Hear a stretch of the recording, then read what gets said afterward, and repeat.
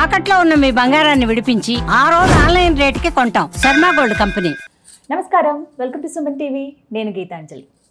సనాతన ధర్మం, అలాగే మన పురాణాలు కావచ్చు, మన ఇతిహాసాలు, వీటి పట్ల ఈ మధ్య కాలంలో ఎక్కువగా చూస్తున్నాం కదా. యంగర్ జనరేషన్కి ఆసక్తి పెరిగింది. అసలు ఏం చెబుతున్నాయి మన పురాణాలు, మన ఇతిహాసాల్లో అసలు ఏముంది, నిజం ఎంత, అవాస్తవం ఏంటి, వాస్తవం ఏంటి, మనం ఏం నేర్చుకోవాలి, ఇవన్నీ తెలిపే క్రమంలో కొంతమంది ముందుకు వస్తున్నారండి.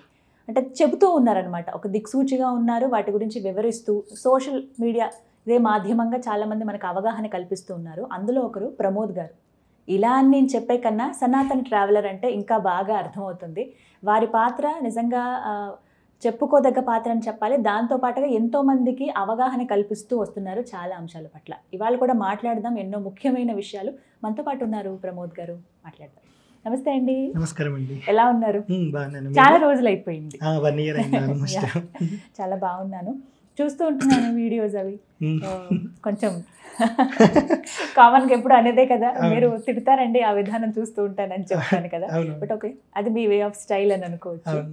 బట్ చాలా విషయాలు బట్ అంటే నేనేమి ఏదో ఒక మాటగా అనేలేదండి. మేబీ మీరు కూడా వినే ఉంటారు. మీరు చెప్పినవి విని మేము చాలా తెలుసుకున్నామని, వాటి మీద ఎక్కువ ఇంకా నమ్మకం కలిగిందని చెప్తారా? ఎక్కడన్నా కనిపించినప్పుడు చెప్తారు, అన్న గుడికి నీ వల్లే వెళ్తున్నామని చెప్తారు. ఆ టెంపుల్ పాడ్కాస్ట్ ఒకటి చూశారు, అది చూసాక చాలా మంది చెప్పారు. నేను అట్లా కాశీకి వెళ్ళినప్పుడు కూడా ప్రయాగ్ అప్పుడు కుంభమేళ అయింది కదా, సో అప్పుడు 300 కిలోమీటర్ ట్రాఫిక్ ఉందని ఒక ఫేక్ న్యూస్ ఒకటి అంటే అక్కడ జరిగింది. బట్ దాన్ని హైలైట్ చేసి రాకుండా చేద్దాం అనుకున్నారు కదా. దాని వెరీ నెక్స్ట్ డే నేను బైక్ మీద వెళ్ళా ప్రయాగ్కి. అక్కడికి వెళ్ళి ఇక్కడ ట్రాఫిక్ లేదు, ఏం లేదు, నేను ఫ్రీగా వచ్చేసిన ఇక్కడ వరకు, ఒక్క దగ్గర కూడా నేను ఆగలేదు. కావాలంటే నా వెనకాల ఇప్పుడు 300 కిలోమీటర్ ట్రాఫిక్ ఉంటే నా వెనక చాలా మంది జనాలు ఉండాలి కదా, గంగానది ఒడ్డులో నేను చాలా ఖాళీగా కూర్చున్నా అని అలా వీడియో చేస్తే అది 2 మిలియన్ కొట్టింది. ఒక నా దాంట్లో 1 మిలియన్, ఇంకొక దాంట్లో 1 మిలియన్. సో ఎవరో మీడియా వాళ్ళు పోస్ట్ చేశారు అన్నట్టు. అది చూసి చాలా మంది వచ్చామన్నా అని కాశీలో చెప్పారు నాకు. సో మంచి రీచ్ అట్లా మంచిగా అనిపిస్తుంది. అట్లా ఎవరన్నా ధర్మం పాటిస్తున్నాము, ఇన్ని రోజులు నాస్తికుల్లాగా ఉండి ఇప్పుడు ధర్మం ఏంటో అర్థమవుతుంది అని చెప్పినప్పుడు మంచిగా అనిపిస్తుంది. నిజమండి, అదైతే చాలా మంది తెలుసుకున్నారు. సో అదే మళ్ళీ అడగాలి అనుకుంటున్నాను. అదే టాపిక్ మాట్లాడదాము, టెంపుల్స్ గురించి. అంటే ఒక వ్యక్తి దేవాలయానికి ఎందుకు వెళ్ళాలి అనేది ఒక ముఖ్యమైన ప్రశ్న ఇది. కొంతమందికి బాగా అలవాటు ఉన్న వాళ్ళు చిన్నప్పటి నుంచి వాళ్ళ తల్లిదండ్రులు నేర్పిన దాన్ని బట్టి వెళ్ళి వస్తూ ఉంటారు. కొంతమంది ఏమో ఏముంటుంది గుడికి వెళ్తే మహా ఇదా అని మాట్లాడుతూ ఉంటారు. కానీ అసలు టెంపుల్స్ ఎందుకు ఉన్నాయి, ఎందుకు వెళ్ళాలి, మనం అక్కడ ఉన్నటువంటి ఎనర్జీ ఏంటి, మనం ఎలా దాన్ని రిసీవ్ చేసుకోవచ్చు, మాట్లాడదాం. మనకి పురాణాలు ప్రామాణికం కదా.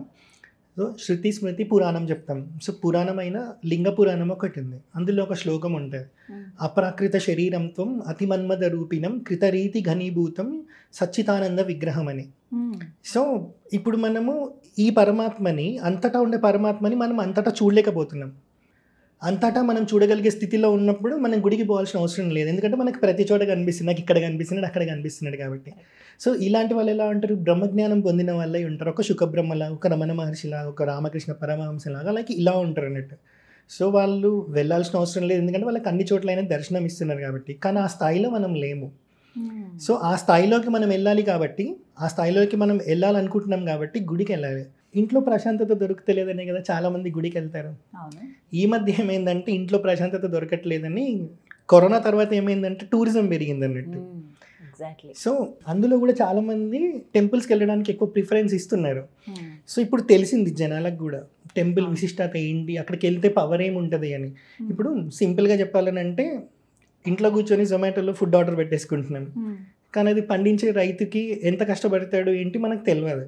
ఏ రోజైతే మన పాదం భూమిలో పడుతుందో, బురదలో పడుతుందో, అప్పుడు అన్నం విలువ తెలుస్తుంది. ఆర్డర్ పెట్టుకోవాలా, ఇంకేం చేయాలి, ఒక రైతు విలువ మనకు తెలుస్తుంది. అట్లనే ఒకరోజు గుడిలో కాలు పెట్టినప్పుడు అది మనని లాగేస్తుంది. ఇంకొక రోజు 1 వీక్ పోయినాం అనుకోండి కంటిన్యూగా, 8వ రోజు మనకే అనిపిస్తుంది ఈరోజు ఏదో మిస్ అవుతున్నామని.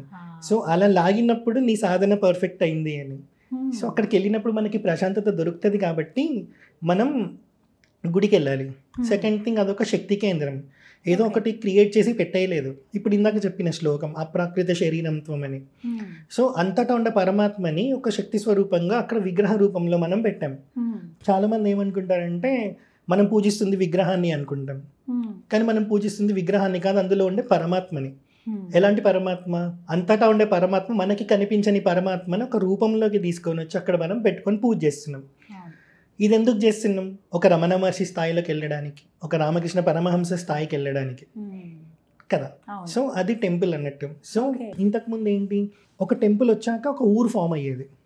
ఇప్పుడు ఏమైపోయింది, పాపులేషన్ పెరగడం వల్ల, వెంచర్లు ఎక్కువైపోయి ఇదంతా అయిపోవడం వల్ల, కమర్షియల్ అవ్వడం వల్ల ఒక కాలనీ వచ్చాక గుడి వస్తుంది కాబట్టి స్పేస్ లేకుండా పోయింది.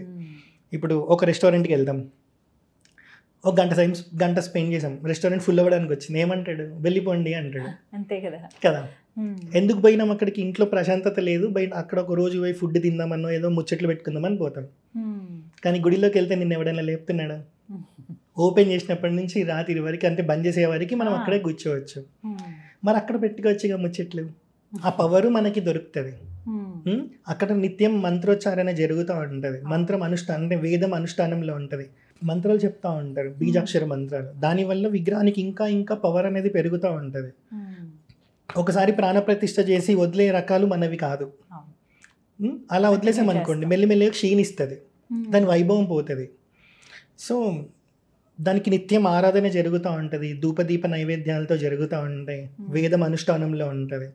కాబట్టి అక్కడ అంత పవర్ ఉంది. ఆ పవర్ మనం ఫీల్ అవ్వాలి అంటే ఆ ప్లేస్కి మనం వెళ్ళాలి. కాబట్టి గుడికి వెళ్ళాలి, కంపల్సరీ టెంపుల్ విజిట్ చేయాలి ఒకసారి. చిన్న అంటే ఏజ్ బట్టి కూడా ఉంటుందా? ఈ ఏజ్ నుంచి వెళ్తే అలవాటు పడతారు అని ఉంటుందా టెంపుల్కి?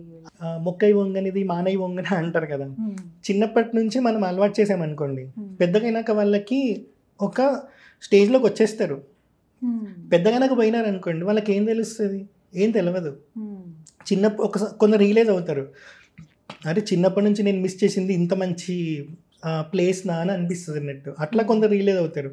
కొందరు రియలైజ్ కూడా కారు, పోతారు, మొక్కుతారు, ఒక కమర్షియల్ వేలో టెంపుల్ని చూసి రిటర్న్ వస్తారు అన్నట్టు. వీళ్ళ వల్ల ఏం ఫరక్ పడదు. ఇప్పుడు నా విషయమే తీసుకుంటే, నేను ఇంతకుముందు కూడా ఒక 1-2 ఇంటర్వ్యూస్లో చెప్పిన, నేను సిటీలో ఉండే.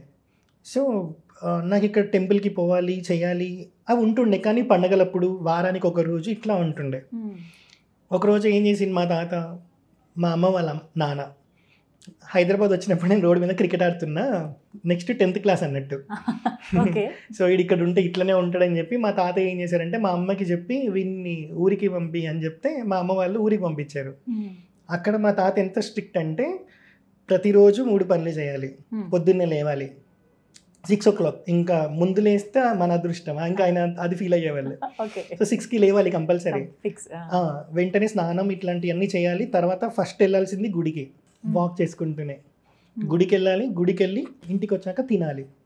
తిన్నాక 8:15కి స్కూల్ స్టార్ట్ అవుతుంది అన్నట్టు. సో 8 o'clock కల్లా స్కూల్లో ఉండాలి. నేను అట్లా 1 year చేశా. సో ఇప్పుడు మా తాత నన్ను అంత స్ట్రిక్ట్గా పెట్టడం వల్లనే కదా ఈరోజు నేను ఇలా ఉన్నా. సో 10th ఒకటి నేను ఊళ్ళో చదువుకున్నా. మళ్ళీ ఇంటర్ నుంచి ఏమనిపించింది, సిటీలో పెరిగి అరే ఊరేం బాగాలేదనిపించింది. కానీ ఇంటర్ అయిపోయి డిగ్రీకి వచ్చినాక అప్పుడు రియలైజ్ అయింది నేను ఊళ్ళోనే చదువుకుంటే బాగుండని. సో మళ్ళీ నేను ఇలా బొట్టు పెట్టుకుంటుండే. కానీ ఇలా బొట్టు పెట్టుకోవడం, ఒక పద్ధతిలో ఉండడం, ఇవన్నీ వినడం, తెలుసుకోవడం, అవన్నీ నాకు అక్కడ బీజం పడ్డది.